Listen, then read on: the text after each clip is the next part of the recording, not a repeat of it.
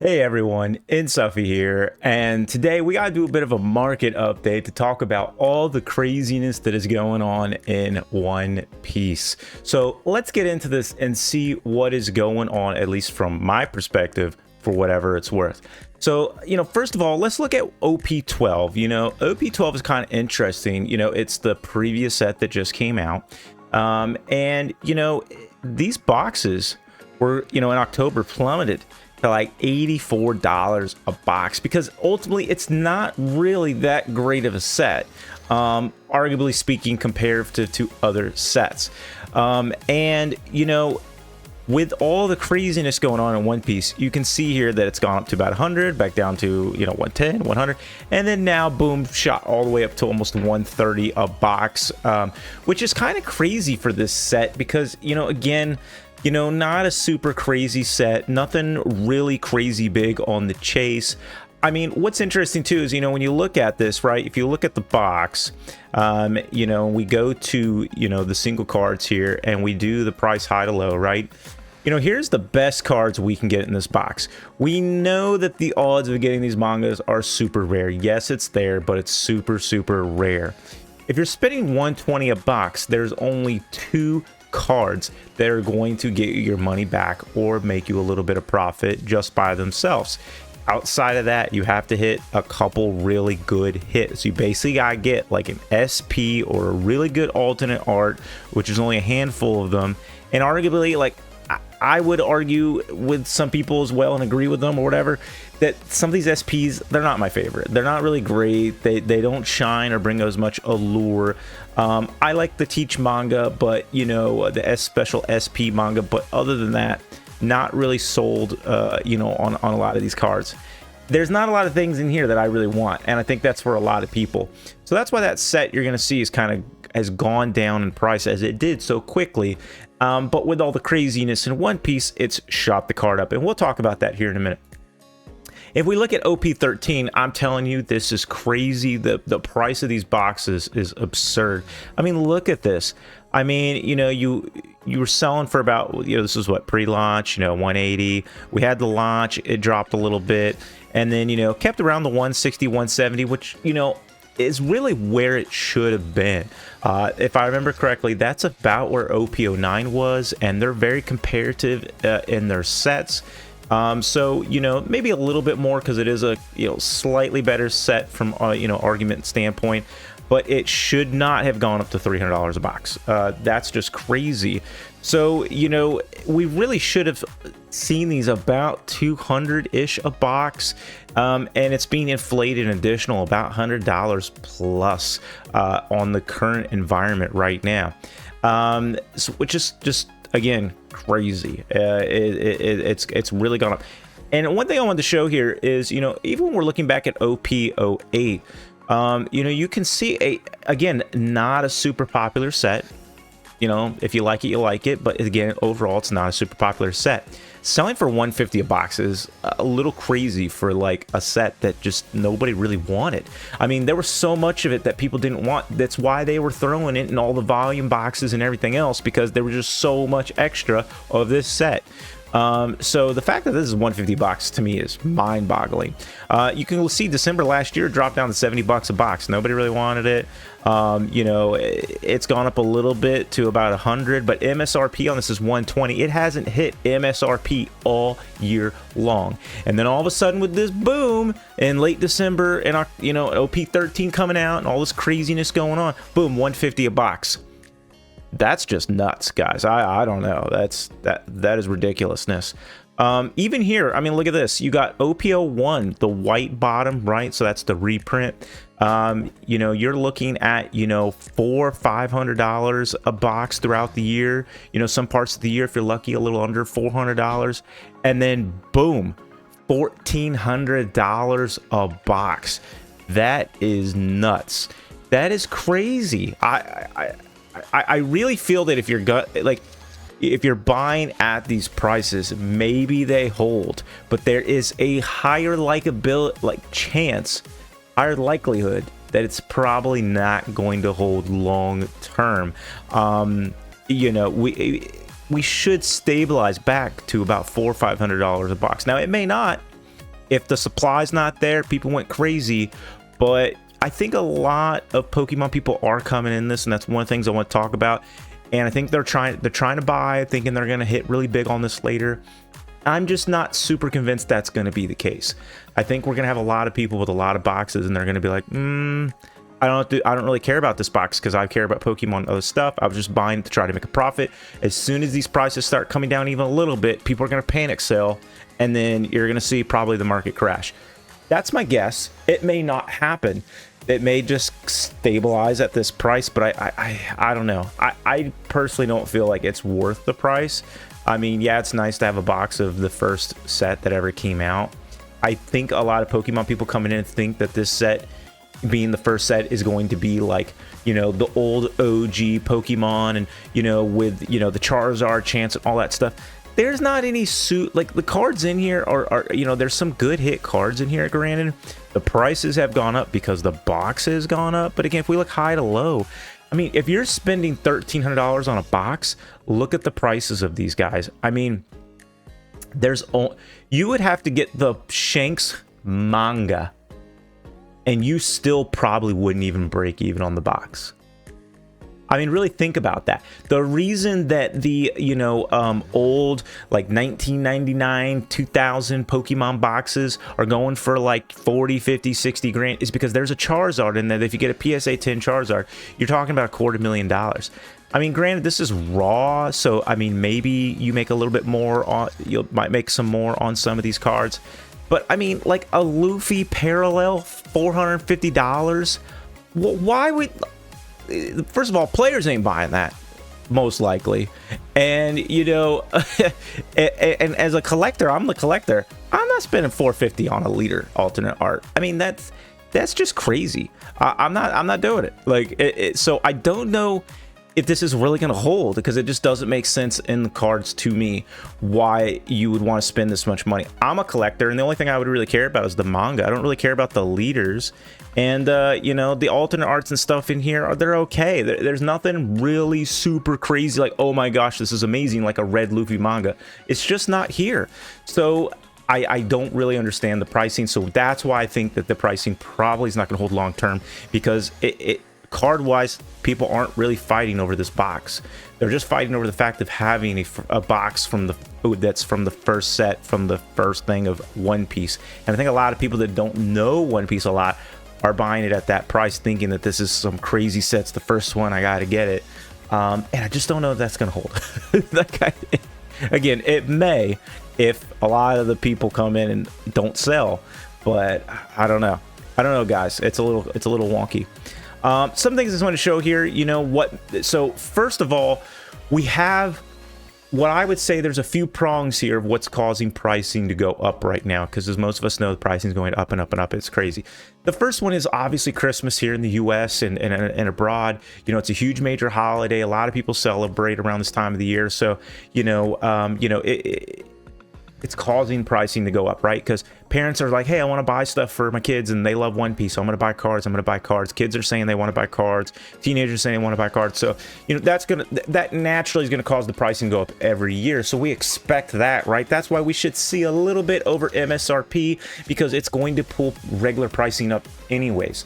Then I would argue a second prong is we are getting a bit of influencers coming in and talking about OP, One Piece and OP13 in specificality. I love making up words, by the way. And you know, and that is creating some hype as well. You know, I don't really remember seeing a lot of reels or stuff on One Piece from big Pokemon people. And you know, you got people like Leonhardt. Leonhardt. He is, you know, for just an example, and I'm just using an example, and I'm picking on him right now, is just that, you know, he's someone that made a video.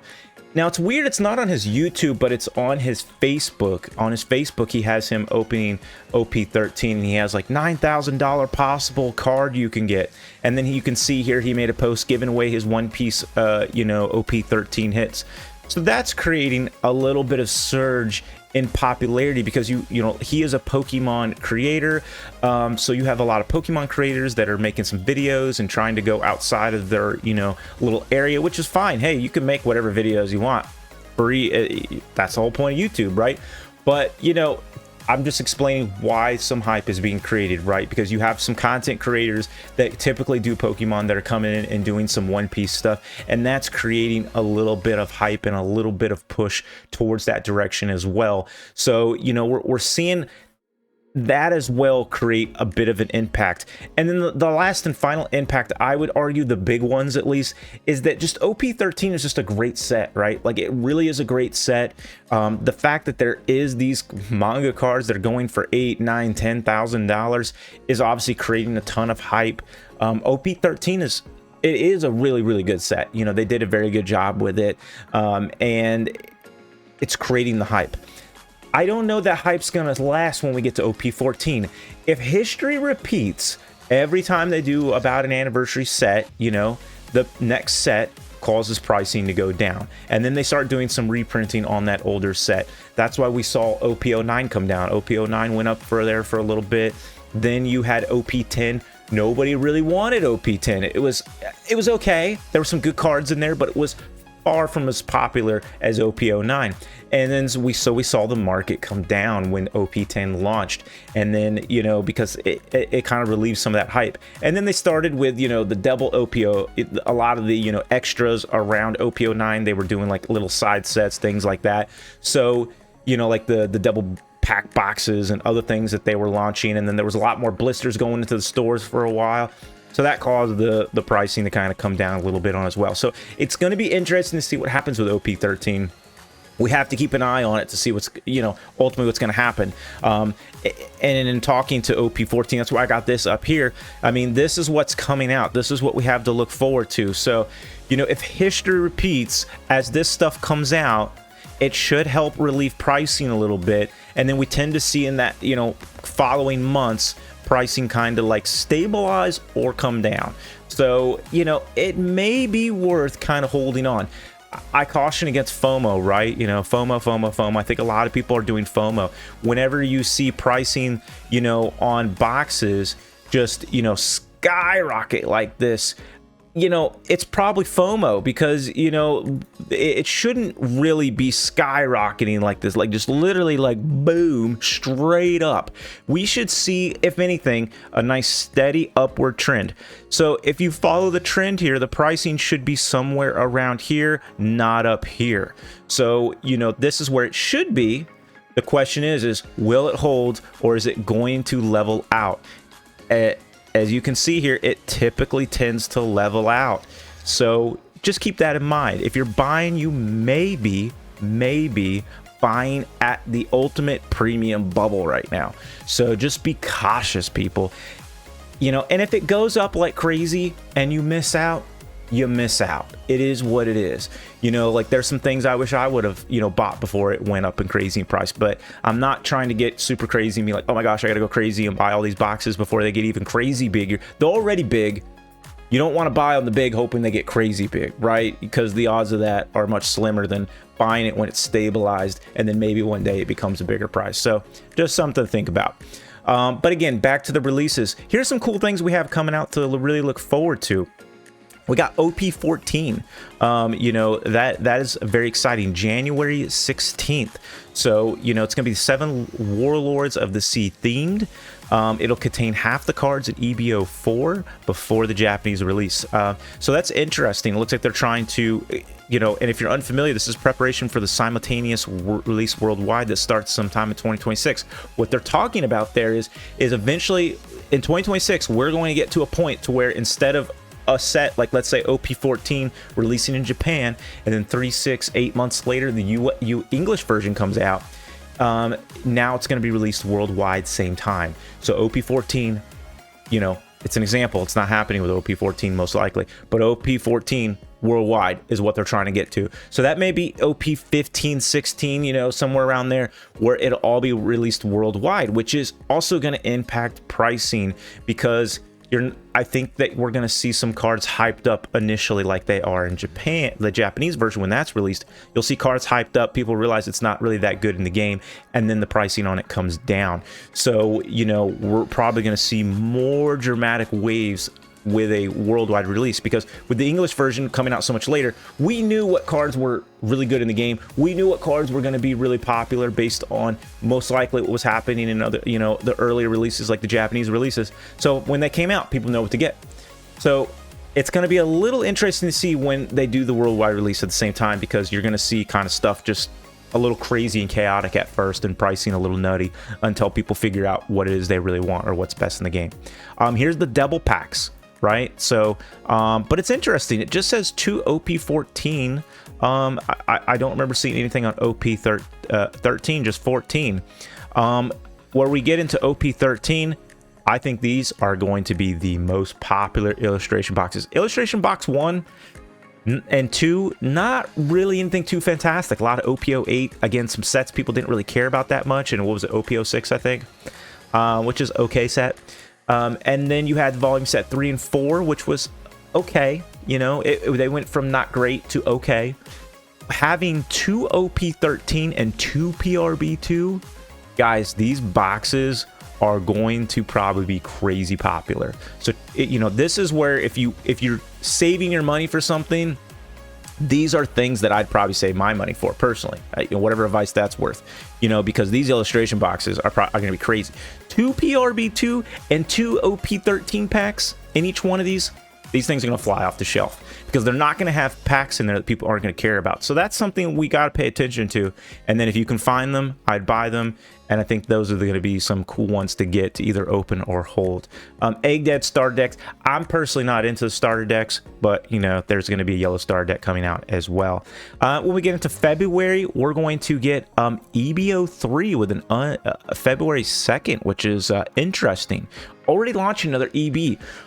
So we'll see how that goes. EBO2, I don't think was as big as they thought it was going to be. It was okay. It was okay. In my personal opinion, it was okay. EBO3 might be better, because if, and here's the thing, you got to think about this. If in EBO3 they put OP13 hits in there, they might, I don't know, they might pull some from there. They've done crazy things in the past. That's going to cause OP13 to come down. So, you know, this is where I think that as we're launching more ways to get OP13, and if they put some OP13 stuff in the EBO3, then you're going to probably see some price in OP3 come down. So something to think about. And then, you know, and then from there, we don't really know what else is coming out. That's all that's been launched. This is all from 2025. So we do have some cool things to look forward to. I'm looking forward to EBO3, and I'm also looking forward to OP14. But guys, again, pricing right now, it's nutty. It is nuttier than coconutty. All right, it is crazy. So, you know, just, you know, buy responsibly. Don't spend beyond your means. That's my personal advice. You know, don't get stuck into FOMO. I don't know that these things are going to hold. They may, and you may miss out if you don't buy. But the likelihood that you miss out, I don't know. I don't know that if Pokemon people are buying crazy right now, are they going to hold long term? They're probably just looking to pump and dump, guys, which is I'm gonna buy real quick, and then I'm gonna sell on the high, and then I'm out. And then when enough people do that at the same time, it's going to cause the market to crash, and you're going to see these prices fall. That is one possibility. Another possibility is maybe people just slowly sell, and maybe there's not quite as much crazy product as we think there is, and maybe Bandai doesn't do as much reprinting as we wish they would, and the prices stabilize, or just go down a little bit, or just go up a little bit. But again, either way, I would be cautious. I would be cautious. I would be very, very cautious. You know, you're buying cards. It's cardboard. Don't get too crazy with it. Again, these cards are highly unlikely to be pulled. It's possible, but your chances are slim. If you're spending $300 on a box, you know, all these cards below here are going to net you negative. You know, most likely, right? I mean, maybe if you're buying at $350 a box and you even get this nice Luffy SP, you'd have to send it out to PSA or Big Beckett, one of those, right? If you get a 10, then you're probably going to make a profit at that point. But you know, that's going to be far down the road, and you got to hope that pricing doesn't come down by the time 3 or 4 months go by when, you know, PSA finally gets you that card, right? So, you know, just something to think about. You know, you got to be cautious. Very cool cards, honestly. Like, if you love them, you know, maybe it might be worth just buying them straight, you know, than buying a ton of boxes, you know, and maybe you get away from the red mangas because, you know, they're so crazy expensive. You know, you can get a nice Sabo manga for $760, essentially the same card, just instead of it being red, it's silver. You know, that's some things you got to think about. If you like the card, you like the art, then just go for the cheaper version and just buy it straight, because that's basically the price of 2 booster boxes. So, I mean, why not? I don't know. Depends what you want to do. And I'll close up with, you know, we talked about this Ace card. We've been keeping an eye on it. Look, this is the Air card. It went up. You know, I had a feeling it was going to go up. It's going up, but everything's going up, right? So is it going up because everything's going up, or is this actually, this Air card, going to really hold because it's an Air card? It's still running way crazier pricing than even Luffy wanted card, which is, you know, granted, it's an Air card, but double the price than Luffy. I don't know. That's crazy. It's Luffy. So anyways, hope you enjoy a little bit of a little market update for my opinions for whatever value they hold. Hopefully you find the information kind of interesting, and feel free to comment below and let me know what things you think are going to happen. What are any speculations to why you think the market is going crazy right now? Anything that I left out or missed or messed up, let me know, because I've done a little bit of research, but I haven't done crazy research. Maybe one of you have done some crazy research and can let me know if there's something missing out here. But all in all, things are crazy. Some of these things are a little rich for my blood, but with that, I'll end it. I am going to post a second video, which is going to be the card opening. I just thought it'd be fun to have a separate little market update here for you all, for anyone that's interested, for us to just kind of talk about and, you know, just have a little bit of fun with it, and kind of, you know, really think about, you know, what's going on with the market and what we think is going to happen, and try to make the best plays we can with what money we have for cards that are getting probably way more expensive than they should be. All right, everybody, I'll catch you on the next video, and I'll see you later.